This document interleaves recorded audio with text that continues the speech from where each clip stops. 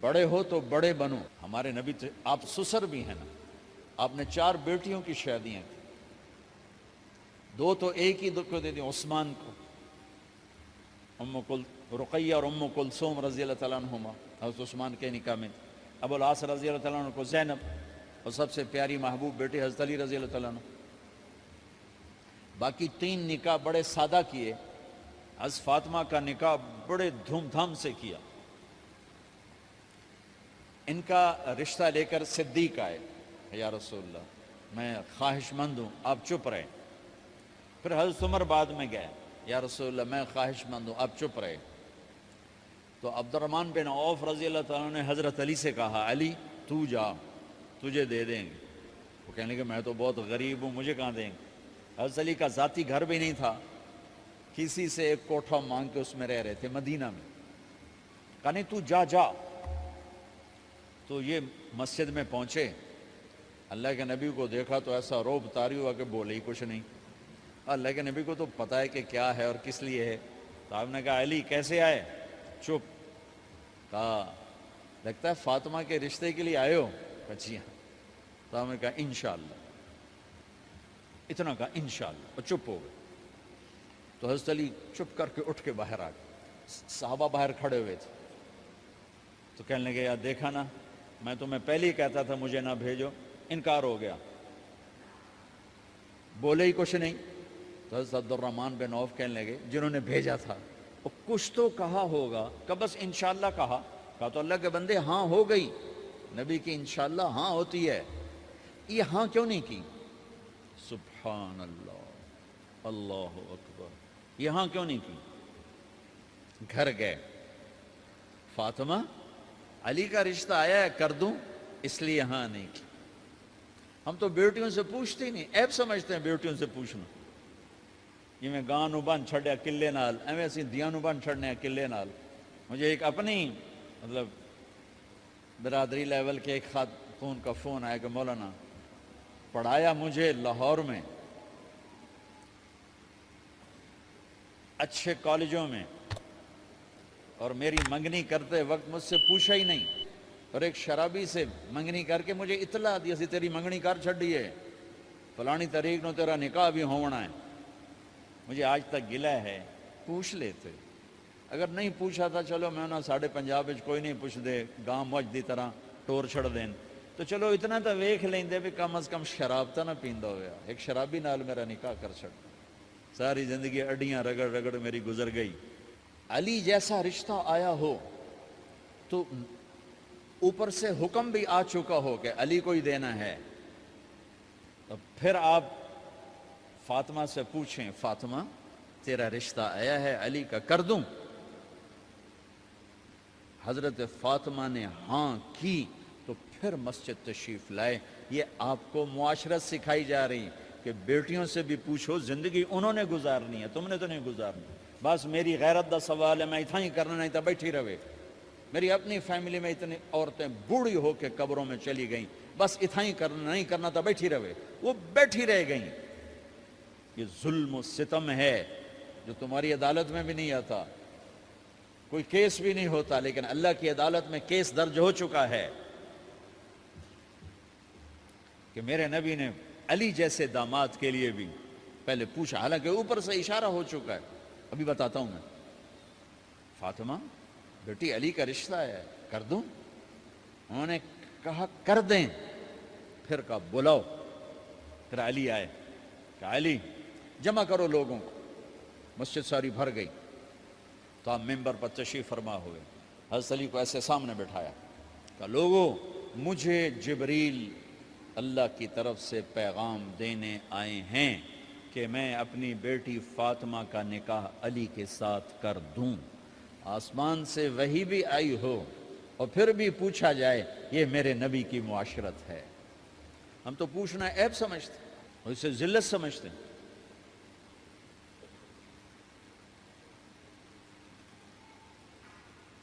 پھر آپ نے اتنا بڑا اہتمام کیا. مسجد نبوی پرانی جو آپ کے زمانے کی تھی, بہت بڑا ہال تھا, اس کا بھرا ہوا تھا. آپ نے سب کو شہد کا شربت پلایا, خود نکاح پڑھایا, نکاح کا خطبہ پڑھ کیا, پھر کہا علی میں نے فاطمہ بنت محمد کو 400 درم مہر کے عوض تمہارے نکاح میں دیا، تو نے قبول کیا؟ انہوں نے کہا جی میں نے قبول کیا، اور سجدے میں چلے گئے اور زور سے دعا مانگی، رب اوزعنی ان اشکر نعمتک التی انعمت علی وعلی والدی وان اعمل صالحا ترضاہ واصلح لی فی ذریتی انی تبت الیک واننی من المسلمین۔ میرے نبی نے کہا آمین، زور سے کہا آمین، نکاح ہو گیا۔ رخصتی ہوئی 6 مہینے بعد، 1 مہینے بعد، 1 سال بعد، 3 روایات ہیں، فوراً 4 روایات، لیکن زیادہ صحیح ہے دیر کے بعد، فوراً نہیں ہوئی، کچھ عرصے کے بعد رخصتی ہوئی۔ حضرت عقیل آپ کے بھائی وہ کہنے لگے علی اب رخصتی ہو جانی چاہیے، تو یہ دونوں مل کر آئے سلمان فارسی کے پاس کہ سلمان بھائی ہماری رخصتی کروا دو۔ سلمان فارسی کا بڑا احترام تھا، انہوں نے جا کر بات کی ام سلمہ رضی اللہ تعالیٰ عنہ سے۔ ام سلمہ نے بات کی اللہ کے نبی سے، کہا ہاں ہاں آ جائے، لے جائے، آ جائے لے جائے۔ تو علی رضی اللہ تعالیٰ عنہ اپنی اونٹنی لے کر آئے، تو حضرت علی کا گھر وہ کرائے پر گھر تھا ایک کونے پر، تو وہاں اسماء بنت امیس اور ام ایمن گئیں اور اس کے فرش کو لیول کیا، فرش میں سرخ مٹی ڈال کے اس کو لیول کیا اور دیواروں کی پوچا پاچی کی، اور وہاں کھوٹیاں لگائیں کپڑے ٹانگنے کے لیے۔ آپ نے حضرت عائشہ، حضرت ام حبیبہ، حضرت ام سلمہ سے فرمایا تمہیں پتہ ہے نا مجھے فاطمہ سے کتنا پیار ہے، اسے دلہن بناؤ۔ دلہن بنانا بھی سنت ہے، دلہن بناؤ، اسے دلہن بناؤ، تو آپ کو دلہن بنایا گیا۔ پھر علی رضی اللہ تعالیٰ عنہ تشریف لائے سلمان فارسی اور عقیل کے ساتھ، اونٹنی کو دروازے پر بٹھایا، تو آپ نے علی کا ہاتھ پکڑا، اندر تشریف لے گئے اور فاطمہ کا ہاتھ پکڑ کے علی کے ہاتھ میں دیا اور کہا بیٹی مجھے اپنے خاندان میں جو سب سے زیادہ محبوب تھا میں نے تیرا ہاتھ اس کے ہاتھ میں دیا ہے۔ پھر کہا علی تجھے نبی کی بیٹی مبارک، نبی کی بیٹی مبارک۔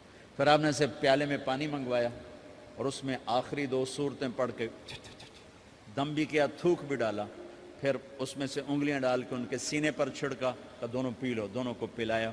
پھر باہر تک چھوڑنے آئے، حضرت علی نے آپ کو اونٹنی پہ بٹھایا، آپ نے 2 عورتوں کو ساتھ بھیجا، ام ایمن اور اسماء بنت امیس۔ یہ چھوٹی سی بارات جا کر علی کے گھر اتری اور آپ نے حضرت علی سے فرمایا کہ میں عشاء پڑھ کے آؤں گا، میرا انتظار کرنا ہے۔ تو عشاء کی نماز کے بعد آپ تشریف لے گئے، آپ نے دوبارہ پیالے میں پانی منگوایا اور اس پر آخری 2 سورتیں پڑھ کے دم کیا، پھر ان کے سینے پر چھڑکا، یہاں بازوؤں پر چھڑکا اور کمر پر چھڑکا اور دعا دی اللہم اسد جدہما وجمع شملہما وبارک علیہما واخرج منہما ذریۃ صالحہ۔ یہ دعا دی آپ نے اس وقت کہ میرے مالک ان کے جمع ہونے میں برکت عطا فرما اور ان کو سعادتیں عطا فرما اور ان کو نیک اولاد عطا فرما۔ یوں میرے نبی نے اپنی بیٹی کو رخصت فرمایا۔ اگلے دن آپ نے حضرت علی کو بلا کے فرمایا علی ولیمہ بھی کرنا ہے۔ کہنے لگے یا رسول اللہ میرے پاس تو کچھ نہیں۔ تو آپ نے کہا، تو سعد بن ابی وقاص کہنے لگے یا رسول اللہ میرے پاس ایک چھترا کھڑا ہے، چھترا لاؤ، ذبح کیا گیا۔ آپ نے اس میں چھوارے ڈلوائے، قورمہ بنوایا، قورمہ، اور اپنی طرف سے حضرت علی کو پیسے دیے کہ جاؤ چھوارے، گھی، شہد خرید کے لاؤ۔ تو علی رضی اللہ تعالیٰ نے 5 درم کے چھوارے خریدے اور 3 درم کا شہد خریدا اور 1 درم کا گھی خریدا، 9 درم تھے ٹوٹل۔ تو آپ نے کافی سارا آ گیا تو چھواروں کی گٹھلیاں نکلوا کے ان کو پسوایا، پھر شہد اور گھی میں ملایا اور ایک سویٹ ڈش تیار کی اور اس کو حضرت علی کے ولیمے میں آپ نے اپنی طرف سے پیش کیا۔ تو اس دن تازہ روٹی جو کی پکائی گئی اور دیگ پر میرے نبی خود بیٹھے کھانا کھلانے، تقسیم کرنے خود بیٹھے۔ اب ایک چھترا ہے، 13-14 کلو گوشت ہے، 15 کلو، تو 50 آدمی کھا لیں گے۔ آپ نے کہا سارے مدینے کو دعوت ہے، سارے مدینے والے جتنے بھی آئے، اور میرے نبی خود دیگ سے نکال کے کھلاتے رہے، سارا مدینہ ولیمہ فاطمہ کا کھا گیا اور دیگ بھری پڑی تھی۔ تو ولیمے میں تکلف جائز ہے، سادگی بھی جائز ہے، سادگی بھی سنت ہے، تکلف بھی سنت ہے۔ ہاں جو ہماری خرافات ہیں، فضولیات ہیں، یہ تباہ کن ہیں، ان سے بچنا بڑا ضروری ہے۔ اور بھائیو، کسی کی شادی ہو، اس بچے کی ہو رہی ہے، یہ افسر ہے، ایک ریڑھی والے کی ہو، کسی بھی گھر کی آبادی کا ایک ہی سبب ہے، وہ میٹھا بول ہے، وہ اچھا سلوک ہے۔ جس کی بیٹی کو لے جا رہے ہو اسے عزت دینا، اور یہ جو جا رہی ہے یہ ان کو اپنا ماں باپ سمجھے، اپنے خامند کے ماں باپ کو اپنے ماں باپ سمجھے۔ جاتے ہی لکیریں لگانا نہ شروع کر دے، میں وکھرا کرتے ایدے کرتے ایدے کر۔ وہ اپنے گھر کا ایک فرد بن کے زندگی گزاریں۔ جو لے کے جا رہے ہیں ان کے ذمہ ہے کہ اس کو بیٹی بنا کے لے جائیں۔ سسرال جو ہوتے ہیں وہ ہمیشہ عیب دیکھتے ہیں، خوبیاں انہیں نظر ہی نہیں آتی۔ تو کھٹ بٹ تو ہوتی رہتی ہے، کوئی ایسی بڑی بات نہیں۔ کھٹ بٹ کو صلح میں بدلو، مزید لڑائی جھگڑا نہ بڑھاؤ۔ میرے نبی حضرت فاطمہ کے گھر آئے، دیکھا تو آپ اداس بیٹھی۔ آپ نے کہا فاطمہ بیٹی کیا ہوا؟ کہ میرا اور علی کا جھگڑا ہو گیا۔ اچھا؟ خود گئے بیٹی کے باپ ہو کر، دیکھا تو حضرت علی مسجد میں سوئے ہوئے تھے۔ آپ نے ان کو اٹھایا، کہا یا ابا تراب قم، آپ کو یہ ٹائٹل یہاں ملا، اے ابو تراب۔ فرمایا کرتے تھے کل کائنات ملتی تو اتنی خوشی نہ ہوتی جتنا اس ٹائٹل کی خوشی ہے۔ ابو تراب کہنے کا کیا مطلب تھا؟ کہ اظہار محبت کے لیے ایسے ٹائٹل دیے جاتے تھے۔ تو ابو تراب کہہ کر یہ میسج دیا کہ میاں بیوی کی لڑائی ہوتی رہتی ہے، میں تجھ سے ویسے ہی محبت کرتا ہوں جیسے پہلے کرتا تھا۔ یہ میسج دیا اس نے۔ اب حضرت علی کو لائے اٹھا کر اور گھر میں تشریف لائے۔ نہ علی کی سنی نہ فاطمہ کی سنی۔ ہاں بھئی علی کی مسئلہ ہے، ہمیں فاطمہ کیا مسئلہ ہے؟ یہ مسئلے سن سن کے بھی زیادہ لڑائی ہو جاتی۔ صلح کراون علی بھی آپ ہو دو چار لتر مار کے آ جاندے۔ تو میرے نبی نے کیا کیا؟ سبحان اللہ، زمین پر لیٹ گئے، ادھر علی کو لٹایا، ادھر فاطمہ کو لٹایا۔ علی کا ہاتھ اپنی ناف پہ رکھا، فاطمہ کا ہاتھ ان کے ہاتھ پہ رکھا، اور بیٹی کے ہاتھ پر اپنا ہاتھ رکھا۔ پھر فرمایا کہو ہماری صلح ہو گئی۔ علی کہو، فاطمہ کہو۔ دونوں نے کہا ہماری صلح ہو گئی۔ آپ اٹھے، خوش خوش باہر آئے، چہرہ ایسے گلاب کے پھول کی طرح۔ صحابہ نے عرض کی یا رسول اللہ آج آپ بڑے خوش نظر آ رہے ہیں۔ فرمایا علی و فاطمہ کی صلح کرا کے آ رہا ہو۔ تو کھٹ بٹ ہو جانا تو کوئی بڑی بات نہیں ہے، مطلب یہ وہ گھر ہے، میں اس گھر کی کیا تعریف کر سکتا ہوں۔ تو میں آگے کا ایک قول سنا دیتا ہوں ابن عباس کا، کہ جنت میں نور کی چمک اٹھے گی۔ سارے جنتی کہیں گے یہ نور کیسا نور ہے بھائی جو ساری جنت کے نور پر چھا گیا؟ تو فرشتے بتائیں گے کہ او جنت الفردوس میں علی و فاطمہ بیٹھے ہیں، کسی بات پہ ہنسے ہیں، ان کے دانتوں سے جو نور نکلا ہے اس نے جنت کو روشن کر دیا۔ لیکن کھٹ پٹ یہاں بھی ہو گئی۔ ان سے بڑا گھر میرے نبی کا ہے، وہاں بھی کھٹ پٹ۔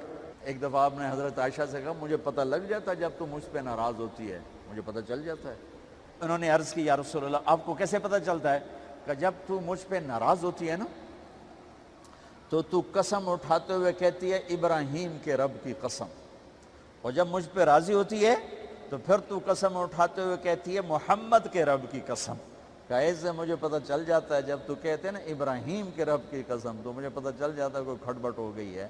تو نبی کے گھر میں بھی ہو جاتی ہے، یہ مسئلہ تو ختم ہوگا۔ جنت میں ہمارے ذمہ ہے کہ ان چیزوں کو کم کریں۔ یہ ایک میرے نبی کی معاشرت ہے میرے بھائیوں، اسے سیکھو، اسے سمجھو، اسے پڑھو۔ تو بھائیوں میرا نبی ایک زندگی دے کر گیا ہے، یہ چونکہ شادی کا موقع ہے اس کو میں نے تفصیل سے بیان کیا ہے، اس کی تفصیل بیان ہی نہیں کی جاتی۔ یہ اتنی ضروری ہے جتنی نماز ضروری ہے۔ نماز تو 5 وقت پڑھیں گے، زندگی 24 گھنٹے روپ بدل رہی ہے، ہر روپ میں میرا نبی کیا چاہتا ہے اس کو سیکھو، اس کو سمجھو، کرو گے اللہ آپ کو چمکائے گا، بنائے گا۔ اپنی کمائیوں میں حلال لاؤ، حرام سے بچو۔ جج بھی بیٹھے ہیں، وکیل بھی بیٹھے ہیں، کسی ظالم کے وکیل نہ بنو۔ وَلَا تَقُلْ لِلْخَائِنِينَ خَصِيمًا۔ آپ کو ایک آیت میں جوڈیشری، جج، مقننہ اور وکلاء کا پیغام اللہ کا سنا دیتا ہوں۔ إِنَّا أَنزَلْنَا إِلَيْكَ الْكِتَابَ بِالْحَقِّ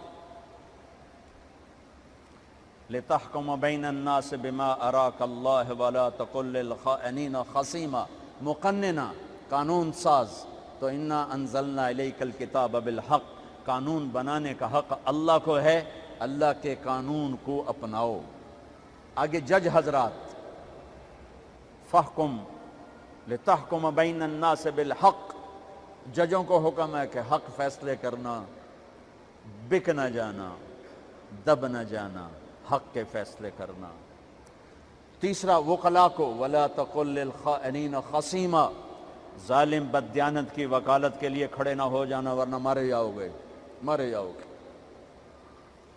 ولا تقل للخائنین خصیما، ان کے لیے دلائل قائم نہ کرنا ورنہ ہلاک و برباد ہو جاؤ گے۔ تو بھائیو، یہ نکاح کو ذرا میں نے تفصیل سے بیان کی ہے کہ یہ زندگی ہے جس کو سیکھنا ہے۔ حلال کماؤ، بچوں کو حلال دو، بیوی کو حلال دو، اللہ کی قسم حرام سے کبھی بہار نہیں آتی اور حلال پہ کبھی خزاں نہیں۔ حلال کھانا، حلال کھلانا، تو تم شاد و آباد رہو گے۔ اللہ میں عمل کی توفیق بخشے۔